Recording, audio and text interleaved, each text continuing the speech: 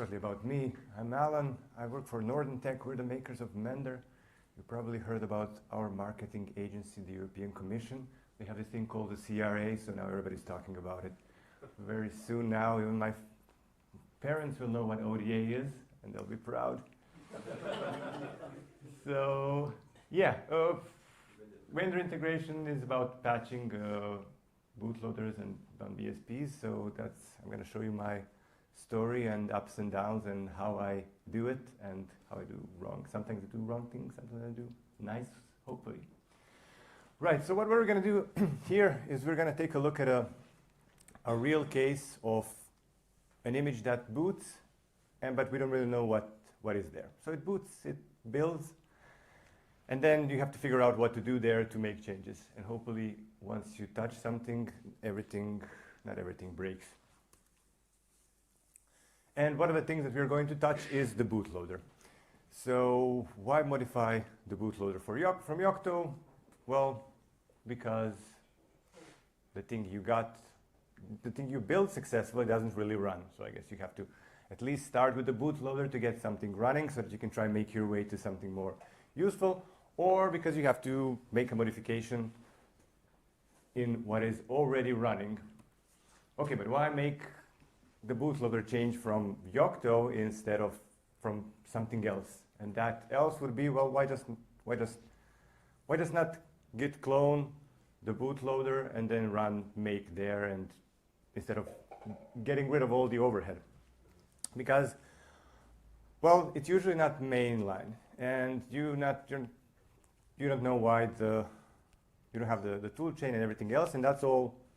You get all that package from whoever is providing that package, a BSP, whoever is providing the BSP and the layers that you need to get to build the image that are supposed to run on the device, right? So the bootloader is one part of the package that you get, it's all encapsulated within Yocto layers. So why we want to do that within Yocto? It's because we need the context. We don't want to figure out we don't want to rediscover that from the beginning, but want to reuse as much as we can, make our change, build it, and then ship it. So the starting point for this presentation will be an example cast file from Mender community. That is a project like any other, I'm familiar with it, but any type of project that just modifies the bootloader with different layers will work.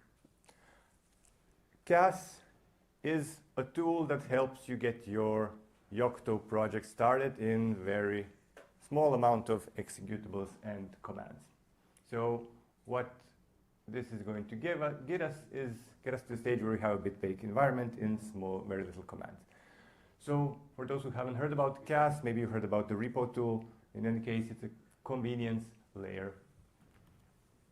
All right, so what is happening here is I'm just cloning things. I don't know, well, I guess it's probably too small, but here I'm just cloning things. I'm setting up the build directory, and then I'm just running CAS build, right? So this is kind of the setup. I'm approaching this from a perspective where I don't really know much about anything. I just want to get the working example going and then think about everything else. So first doing something practical and then trying to figure out what's going on later. So I'm going to start up then with the shell and the CAS. So this command is an equivalent of just sourcing the environment so that you have bit-baked there. Okay. So I started there. I have the environment. I have successfully built the whole image once. And now I want to learn a bit about what state is the bootloader in before I actually start making changes to it. So what does modified mean in this case? Well, modified is it a mainline boot? Is it a mainline bootloader? Is it coming directly from the official repository of the bootloader, or is it something else?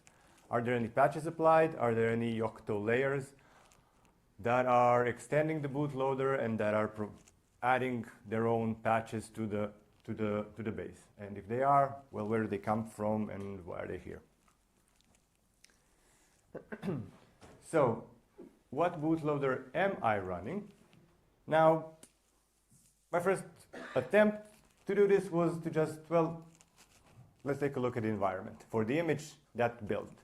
Right, so I got the core image base from the CAS file. I knew that was the default for this board.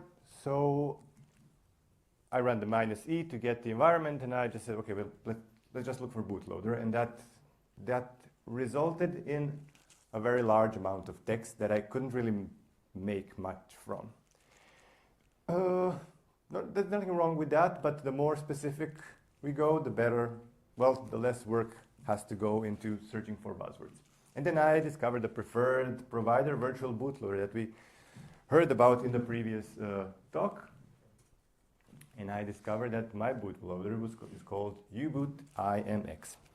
Now a little tangent on that, I'm not going to cover it much, but why the preferred provider virtual bootloader? Because it's kind of like a placeholder for a thing. For if you have multiple things, if you have multiple recipes providing the bootloader, you choose which one here. So it's a bit of a container. Just over communicating that because it wasn't obvious to me why this wasn't just a recipe. But in practical terms, what this spits out, that's the recipe that you're using. All right. So this was the result for my particular case. So it says uboot-imx. So I came here because I was interested to know if my bootloader is modified or not. And the name uboot-imx kind of points in the direction of something that isn't particularly generic or hardware agnostic. So it's probably something very modified. And if I take a look at that, I can see that, yeah, it seems like uboot-imx is not coming from one of the default recipes. It's not coming from Open Embedded or Pokey. It's coming from Meta Freescale, which is one of the recipes that has been added externally. So why isn't it extending a regular uboot? Wouldn't that be nice from it to just do that? And just BB appending with patches. So if you're going to say, okay, I'm going to start with the main line, and then I'm just going to BB append, make changes so that it's easy to follow upstream as it changes. And I can't say 100%. Maybe it was more convenience for the vendor. Maybe it was just too many changes to keep in Yocto layers. Maybe the code is just old, right? Because maybe the bootloader code base that is needed to run the board is just stuck on a specific version, and the main line is too new. So a lot of reasons, but this is just the reality. It's a repository that has the uboot forked, and it's running uboot-imx. Okay, so if it's already the case that there is a custom repository that it has its own changes, then maybe that means that there won't be that much happening within Yocto itself. Because why modify it in two places? Because conceptually it's pretty similar, right? You have a history of changes in the Git repository and have Yocto layers with patches, one on top of the other. So different technologies, but conceptually they're just commits/patches. So I decided to take an approach to see what's going on with BB appends. So I'm currently still at the stage where I'm trying to figure out what is actually happening with the bootloader. I discovered that it has been modified. It's being pulled from a non-official repo introduced by a custom layer. And now I'm also figuring out that there are some BB appends on top of that are additionally modifying the bootloader.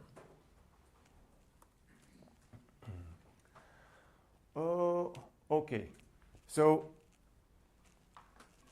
what is happening here, if it's too small, is that I'm taking a look at the BB appends and I'm looking for the source URI just to see what are the patches that are being applied there. And then I'm going to examine the patches and think about what I can do there if they make sense to me. and where can I squeeze the change that I want to get. And if I take a look at that, I can see that I have 3 patches here in the BB appends. Okay, so one naive approach, well, that's just a bit foreshadowing, is, well, what if I now flatten everything, flatten all the layers to see how do the things look like, and maybe I'll find all the patches there. So what does flattening the layers means? As we have, Yocto is based on layers, and then we extend, append, BB append, la la. So we're building a little stack, but before the whole thing can be executed on and built, those layers need to be flattened. So I was thinking, maybe let me just flat the whole thing, and that'll bring me closer to the truth, and then I can actually see what does the U-boot IMX look like, and what are really the patches that are there. Okay, so I flatten it. There is a bit big layers code. You flatten it, then you get a directory, and then you can explore how things would look like if you didn't have layers. So if you sacrifice all of that modularity and just get the whole thing in one folder and look at it from there. So I did that, and then I saw that there are 4 patches now, but there were 3 before. So I did something wrong somewhere, and I have to figure out what do I trust. What do I trust more?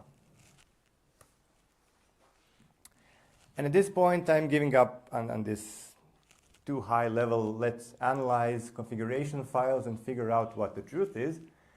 And I want to get a bit closer to the source, because the more distance there is from me and the source, the more things can go wrong. More steps can have opinions in between and confuse me and lead me to reach wrong conclusions.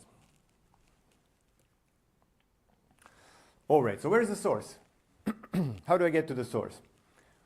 Well, we know there's this TMP directory, and Yocto makes some directories, and having worked with recipe files, I've seen these variables S and B and whatnot. So I know that S is a source variable. I confirmed that in the docs, and it says it's the location of the build directory where unpack recipe source resides. Cool. The docs will also say that the patches are applied to the source already there. Great. I have built the image before that, so I'm expecting to see the source as it should be before it's going to get built. One nice thing that I've discovered, I was a being of inertia, so I was sticking with bitbake -e and then grepping from everything, and it was just, well, why improve when you can keep using the old stuff? And then I discovered this, and it's so simple and so beautiful. So what it does, it just outputs the value. So no more awking and grepping, even though somebody might like that. I guess this has been a while. It's been here a while now, but it's so pretty. All right.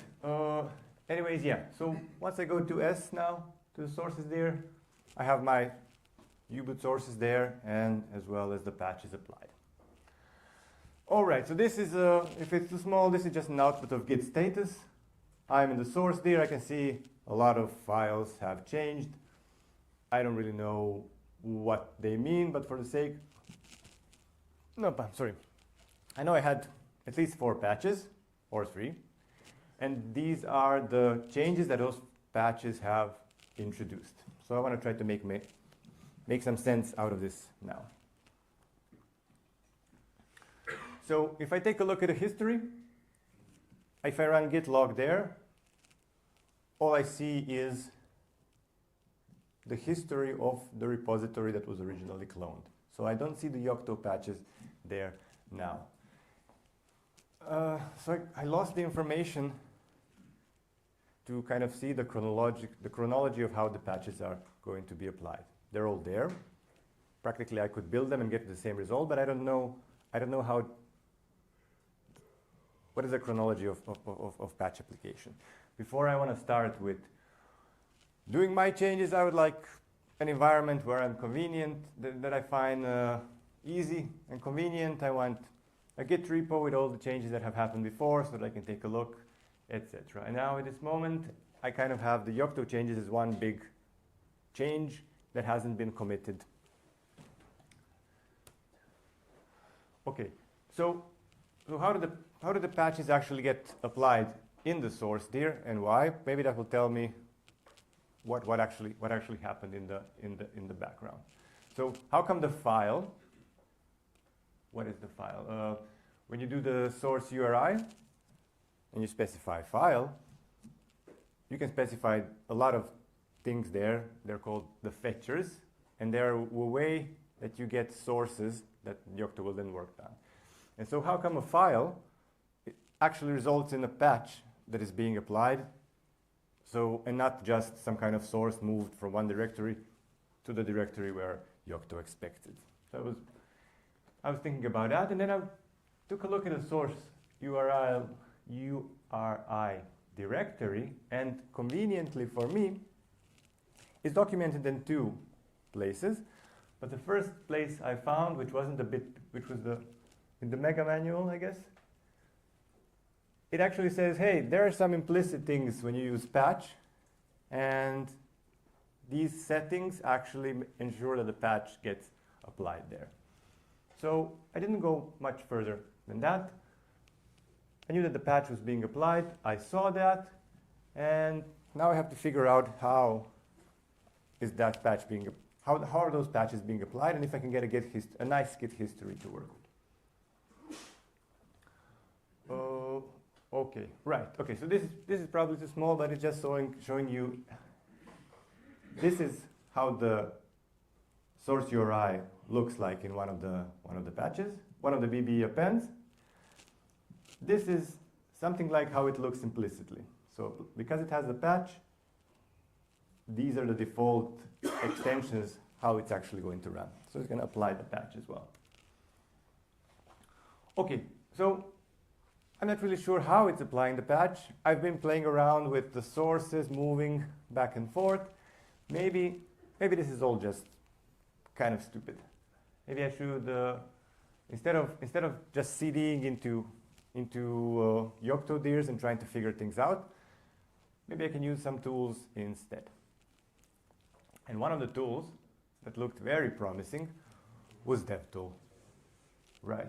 And so I was looking at this devtool, and it just seemed great. It's like, wow, this is going to kind of rip apart the thing that I want to work on, spare me the whole environment and context, the overhead that I don't care about. I'll make changes there, and then just put the drawer back in, and everything will work as planned. It didn't work that way for me. I'm having this. I get back to devtool. Oh, this is kind of small, but what happened is I called devtool modify on my recipe, and I got an error. And I was thinking, should I troubleshoot this error? Maybe it's something simple. But what pushed me away was the fact that bitbake was working. So if I can build this, and I cannot do this, that felt a bit like moving away from the source of things, right? Because devtool was supposed to be something that would help me avoid the complexities of bitbake, but if I have to start troubleshooting devtool and bitbake is working, I wasn't planning to move away from bitbake at that moment. So devtool didn't work for this particular case, and I didn't want to explore why. Well, for this particular case, right? If bitbake was dying and devtool was dying, yeah. But bitbake is the end. Bitbake is the thing that's going to give me the final result. So at that point, using devtool was like troubleshooting cake while having no bread. So okay, so what else is there? So maybe that source approach wasn't that horrible, but I was just looking at it from a too isolated perspective. So then I figured out there's a way to examine the sources with the environment that Yocto is actually, with the environment in which the builds are actually happening. So I discovered devshell. And this one was pretty nice. I I tried this devtool, devshell dance a few times, and so far I'm very much a devshell fan. So what does devshell do is it brings me to the same source directory, but now I have all the tools available that are available to Yocto. And okay, so I'm there where I was before, but the environment is different. So the environmental variables are different, the paths are different. So I have an access to a bit more tools that are now specific to the project and natively provided by the project, and not just the things that are on my host machine. And there, I discover Quilt, which is something like a poor man's Git. And then I discovered that, well, it seems like the patches are applied with Quilt, or at least trying to execute Quilt commands in the source directory gives me a pretty good overview of the patches that were applied. Right, and there's also a nice chapter in the docs on how you can use a Quilt flow in your workflow to actually iterate. Sorry. All right, so I go there, bitbake devshell ubutIMX, and then I run Quilt there, right? So that takes me to the source there, and I have the environment I need to run stuff. And then I run Quilt, and I can now see the patches, and there's actually 4 of them. So 3 was incorrect. Great, that's good. And now it's good that I discovered Quilt, but I still find I'm a bit more familiar with Git. It has all this nice logs, and it can give me like a little GUI if I want, and a one line and whatnot. So it's fairly simple to move from Quilt to Git to get a Git history that you might be familiar with. So if you execute this, it'll just say, okay, I'm just going to move all those patches into Git, and then you can assume the Git workflow that you're comfortable with. And at this point, I'm kind of happy with where I'm happy with the state of the sources, and I want to start actually figuring out what to do next and how to make changes. Okay, this is probably too small to see. What it's showing is that below are the changes, is the Git history that came with the repository. Above are the actual Yocto patches, now part of the Git history. And this is all in my sources dir. Okay, so I have the bootloader, I have the source dir, which is kind of the bootloader repository, a local one in the state that I want it. And so devshell is kind of nice. It got me to where I am now, but it's kind of a limited shell. If I try to run meld or some GUI-like niceness there, it's gonna complain a bit, and I don't want to fight that. I guess now that I have Git, I'm going to trust my host Git, and I'm going to trust my development environment to go back to the sources there and be able to edit the sources using the environment that my editor is set for. So I'm not in a constrained environment. I'm accessing the source there from the host. That's my development environment, and in parallel I have another environment to actually build. So what I'm doing at this time is I'm splitting the terminals. So literally just kind of taking one terminal and another terminal, and one is used as a change environment and the other one is used for the build environment. This, I guess it doesn't really matter how you do it, if you just do 2 graphical terminals or you're using Tmax or whatnot. These are just arbitrary names, how I name them, and then I switch between them. So the development environment has my environment. If I run vi there, it's gonna open Vim with all the niceness, and I manually cd to the sources there, right? So I have the thing I did initially. I went to the sources, was unhappy there, then I did devshell, prepared the sources, and then I returned back from a native environment, from a host environment, and now I'm doing changes to the code. And then there's also the bitbake terminal, which is just a terminal with the bitbake environment set. And there, I'm just kicking off the builds. So what I'm doing there is literally just doing bitbake imxboot blah, blah, blah, and then going to the deploy directory to see what's going on. So, okay, this is, right. So this is an example of the code that I would do then as I'm now iterating and making changes until I get something that actually makes sense. So on the development environment, I usually don't do set because I could do that in the devshell as well. That's kind of hardcore, old school making changes. I actually open an editor and make a change. But this was just an example of making a change in the development terminal, and then in bitbake, compiling the U-boot within the context of not changing everything else, and then moving to the deploy there to see what's going on. This last part, this is just a hack to figure out if the environment actually changed. And so it's just grepping the binary to see if the build actually took place. All right. So that was this approach that I took. I kind of made myself here available to scrutiny. This was just one of the ways how I got it to iterate quickly. So as a summary, the bootloader can come, as in this example, in different ways. So it doesn't seem to follow nice rules, and it can be patched from multiple layers and even come from a different repository. When you're troubleshooting stuff, it's better to get the closest to the source as possible, because then there is less surprises, less assumption and less surprises as you start doing stuff. DevTool sounds like a great tool. I hope I will have some success with it anytime soon. I check it every few months again, but every time I return to bitbake. So I'm really open to hear success stories about using it.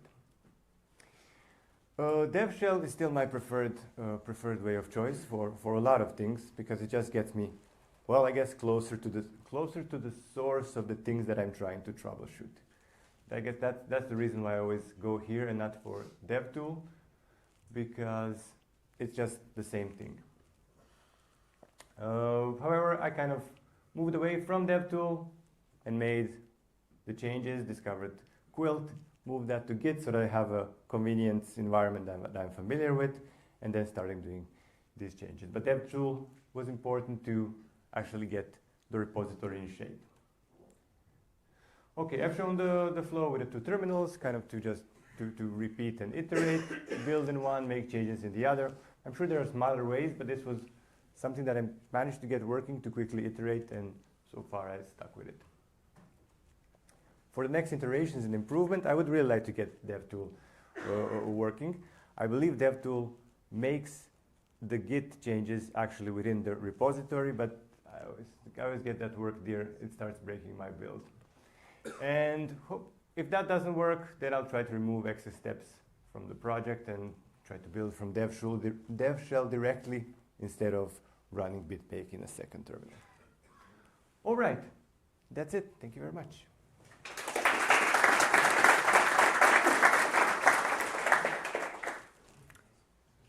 Take a couple questions. All right. Okay. Any questions? Oh, is that a question or a waving? No? Hi. So U-boot and devshell is a known edge case, because U-boot recipes are always complicated. But via Sovereign Tech Fund money being thrown at consultants, we hopefully fixed most of the problems you're likely to see with U-boot. So if you please do try again with that recipe, and if it fails, can you file a bug? It's probably something effectively really dumb, like the patch is formatted in a way that bitbake will forcibly apply it, but Git is very pedantic. And that's just a matter of just rearranging the patch a little bit. That's really easy. U-boot and devtool. Yeah, inside devtool. Okay, yeah. All right. It, Cool. it should work. We use it for our recipes now. It's just some patches are a bit annoying. Cool. Thanks. I'll sure to try it.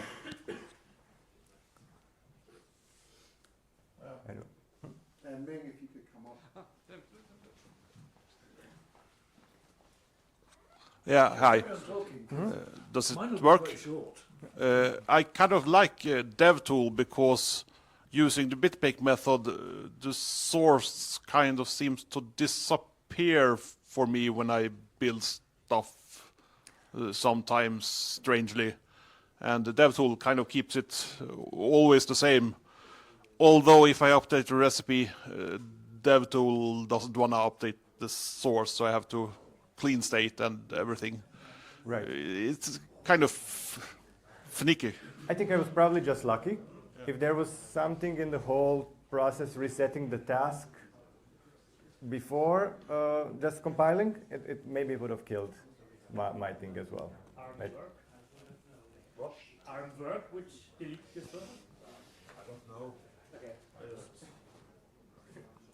Just like that too. There's another. When you did the import of the patches in Quilt, you could also consider then starting actually working with Git. So if you took an approach similar to what Michael showed before, then you could have your own Git tree and then do your own U-boot version using Git and just build from that instead of having the trouble with devtool, devshell, sources, directories disappearing. Why not just use Git and have your own U-boot? Right, but then I would be creating my own layer and replicating the changes. Well, you're making your own U-boot anyway. But this was inherited. Yeah, I know. I'm just, it's another way. Yeah, fair, thank you. Yeah.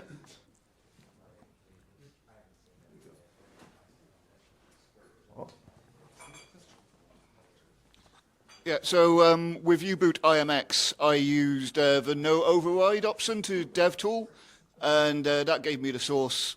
I then applied my patches to that, and that was working okay for me. All right, great. So for devtool modify, it's just like -- no dash overrides, I think it is. All right, and what does that do to the source? So it just doesn't apply all of your local patches, I think. So it wouldn't pull in your highest layers patch. Doesn't create branches for override, doesn't it? That's incorrect. It will only apply the relevant patches. So devtool modify will create different branches for each of the override paths you have available. But if you add this option, it will only create for the patches that would be applied by bitbake and ignore the rest. Cool, great share. Thank you. Alrighty, thank you very much.